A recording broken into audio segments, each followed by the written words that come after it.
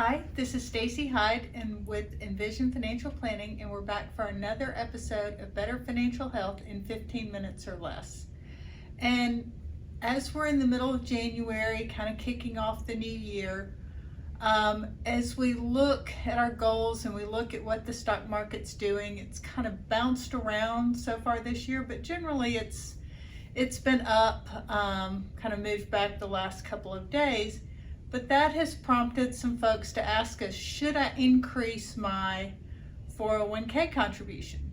Generally speaking, putting more money in savings is always a good idea, except I would focus on paying off any credit card debt. I mean, any balances that you have left over from Christmas, maybe a card that you've always had $1,000 balance on for as long as you can remember.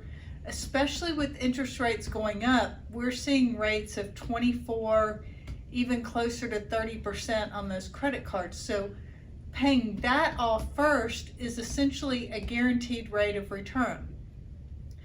As I've mentioned before, some people are worried that if they pay their credit card balances off in full each month, that it might hurt their credit score. In fact, the opposite is true. One of the factors of your credit report is known as credit utilization.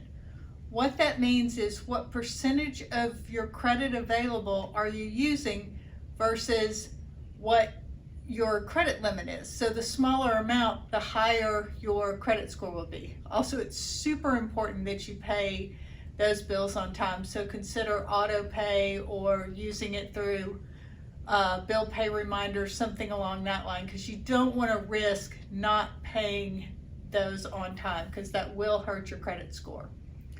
The other thing is, if you dipped into your emergency funds over the holidays because of going out more gifts, or just life was just more expensive, I would also focus on rebuilding those reserves before you increased your retirement savings.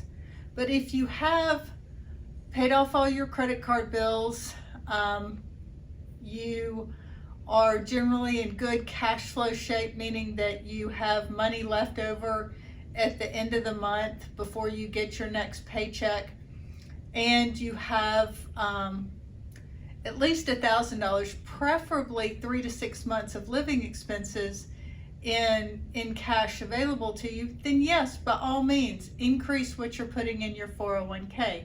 I think that's a great thing to do, and especially as we look to financial markets to recover, hopefully by the end of the year. I wish I had a crystal ball. Oh, I so wish I did. But we are pretty optimistic about markets recovering, so I think that would be a great thing to do. But you can't just save in a vacuum. You have to look at your overall picture. Any credit card debt, first priority. Putting some money into savings, second priority. Then increasing what you're saving there. And thanks for tuning in. This has been another episode of Better Financial Health in 15 minutes or less. I'm Stacey Hyde.